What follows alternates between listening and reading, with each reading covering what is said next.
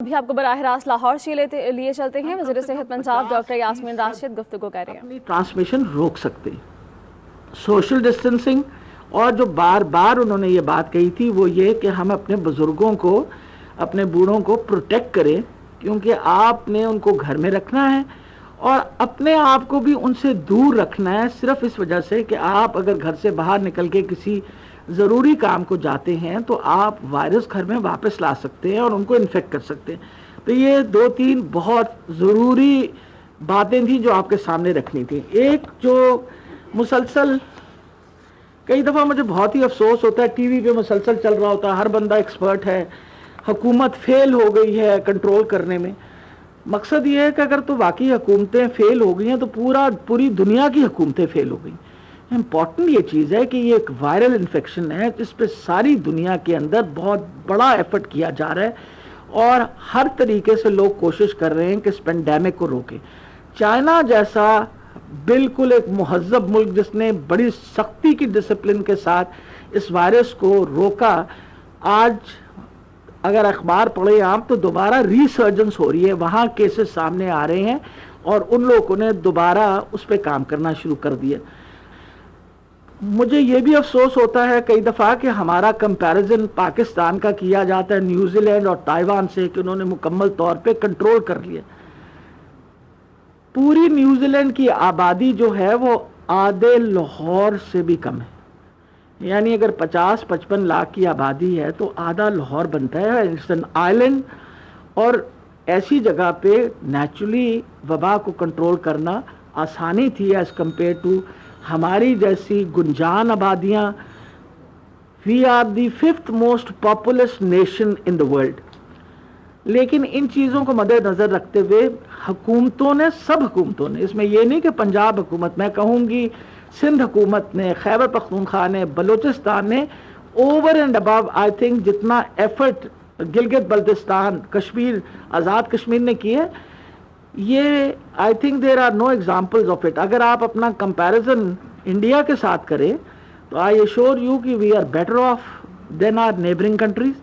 اور اگر میں ٹوٹل آپ کے سامنے اس وقت فگرز رکھوں تو پورے پاکستان کے اندر اگر ہمارے 1,44,600 بندے جو ہیں وہ آئیڈینٹیفائی ہوئے ہیں تو اس میں جو ٹوٹل نمبر آف ڈیتھس ہیں وہ 2,720 ہے. تو جب آپ ڈیتھس کی فگر دیکھتے ہیں تو آپ کا فرٹیلیٹی ریٹ باقی ملکوں کے مقابلے میں ڈیفینیٹلی ابھی بھی اس کو اگر ان فگرز پہ بھی کیلکولیٹ کریں تو اٹس 1.8. یہ ساری جو باتیں میں آپ سے کر رہی ہوں یہ اس لیے ضروری ہیں کہ ایک تو ہمیں خیال رکھنا چاہیے کہ جب ہم ہر وقت ڈومز ڈے سینیاریو دے رہے ہوتے ہیں تو لوگوں میں بہت زیادہ لوگ ڈپریشن کے بھی شکار ہو رہے ہوتے ہیں. یہ ایک بیماری ہے، وبا ہے. ہماری پوری کوشش ہے بطور حکومت کہ ہم اس کو صرف کنٹرول نہ کریں، پر اس کے علاج معالجے کے لیے ہر قسم کی سہولت، چاہے وہ پبلک سیکٹر میں ہو یا پرائیویٹ سیکٹر میں ہو، اس کو ہم نے آرگنائز بہت حد تک کیا ہوا ہے.